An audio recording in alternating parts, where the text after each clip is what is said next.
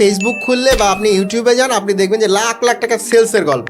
কেউ আইসা বলতেছে না ভাই মানিটা কেমনে ম্যানেজ করতে হয়, বলতেছে কেমনে ধনী হওয়া যায়। কিন্তু বিষয়টা হচ্ছে যে it's absurd.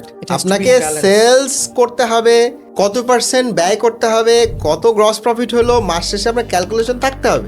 I have the capacity to make $1 billion sales. আমার $1 বিলিয়ন সেলস করার ক্যাপাসিটি আছে। বাট যার সেলস করার ক্যাপাসিটি আছে সে যে মানি ম্যানেজমেন্টেও দক্ষ হবে, এটা কিন্তু একটা মানে মানি আর্ন করা এক জিনিস, মানিটা ম্যানেজ করা কিন্তু আর এক জিনিস।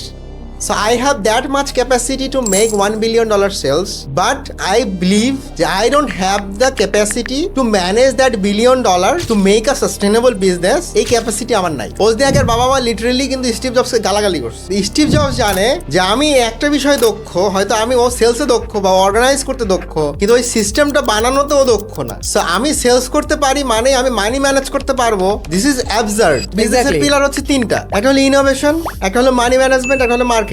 মানে আমি মার্কেটিং সেলসে ধরেন সুপার ডুপার স্টার, কিন্তু আমি বাকি যে দুইটা পিলার আছে, মানে তিন পিলার যদি আপনার শক্ত না হয় তাহলে এই জিনিস ভেঙে পড়বেই।